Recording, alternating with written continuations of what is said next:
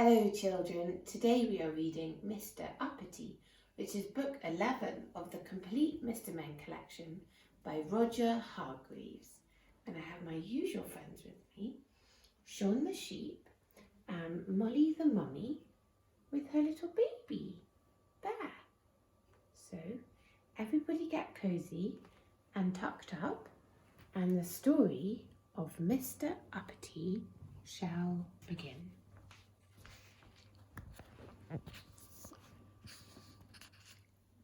This is the story of Mr. Uppity and how Mr. Uppity finishes the story not quite so uppity as at the beginning of the story. You see, Mr. Uppity was one of the rudest people in the world, if not the rudest. He was rude to anybody and everybody. So of course in Big Town, which is where he lived, he had no friends at all, not one. Miserable old Uppity, they used to call him, and he certainly looked it. Now, as well as being rude, Mr. Uppity was also rich, very rich, one of the richest people in the world, if not the richest. He had the largest, longest limousine in Big Town. He had the largest, longest garden in Big Town. He had, on top of the hill in the middle of Big Town, the most enormous house, the biggest house in Big Town. And there he lived, all alone, miserable old Uppity.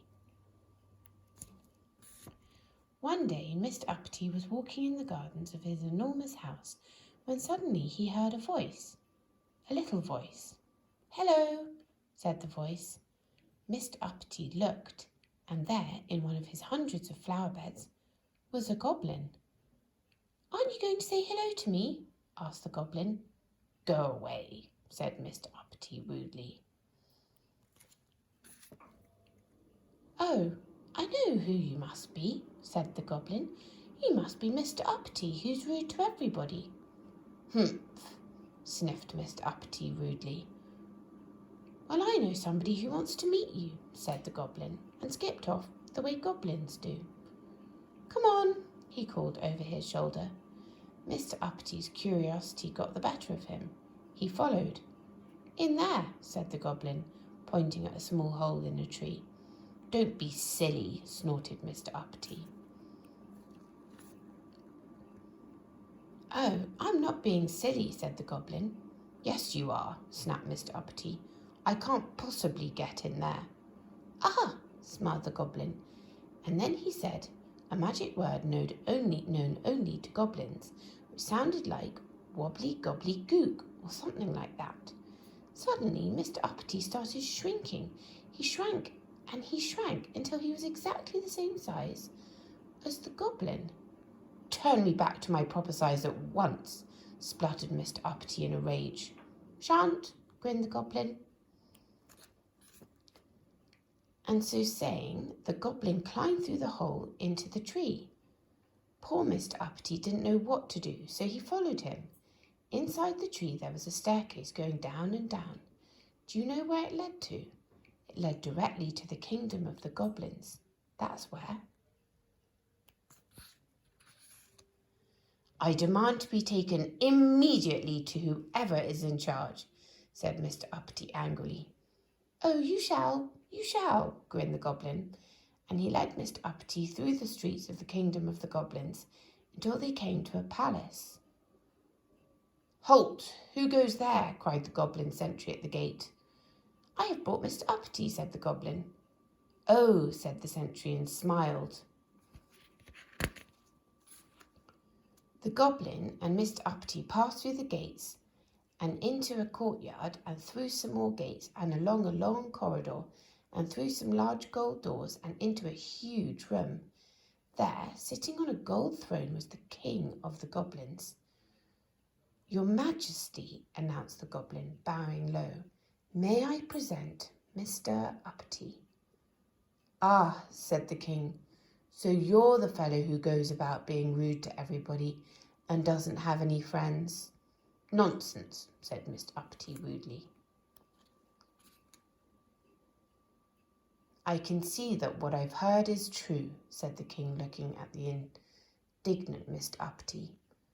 You're much too puffed up with your own importance. Therefore, he continued, I am going to allow you to be turned back to your proper size. But when you get back to Big Town, if you're rude to anybody at all, you will immediately shrink to the size you are now. Do you understand? The goblin then took Mr. Uppity back through the kingdom of the goblins and up the staircase and out of the tree at the bottom of Mr. Uppity's gardens. The goblin looked at Mr. Uppity and said something which sounded like Koogly boggly bow, or something which is probably wobbly gobbly gook said backwards, and Mr. Uppity grew and grew back to his normal size. Now you remember what the king said, warned the goblin. Don't be so uppity in future. Mr. Uppity marched off furiously up to his enormous house. The following day, Mr. Uppity was out walking through the streets of Big Town. Suddenly, he came across a little boy playing with a ball. Get out of my way, snapped Mr. Uppity rudely. Excuse me. But as soon as he said that, you know what happened, don't you? Yes, Mr. Uppity shrank and shrank until he was no bigger than the ball the boy was playing with.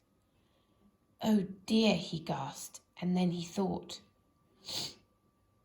I'm sorry, he said to the boy. What I meant to say was, please could I get past?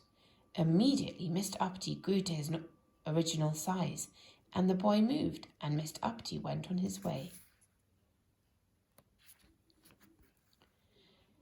Then he met an old lady carrying a large shopping basket. She was late for market. Excuse me, she said to Mr. Uppity, could you tell me the time, please? No, said Mr. Uppity rudely, but as soon as he'd said it, you know what happened, don't you? Yes, Mr. Uppity shrank and shrank until he could easily have fitted into the old lady's basket.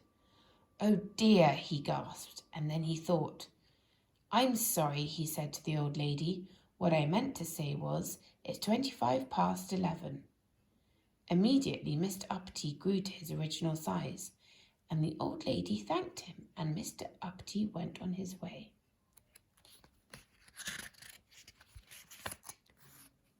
Then he went and bought a newspaper from a man standing on the corner of the main street in Big Town. He was just about to walk away when suddenly he stopped and thought. He turned back to the man and said, Thank you. Thank you were two words Mr. Uppity had never used before. The man smiled. A smile was something Mr. Uppity wasn't used to getting.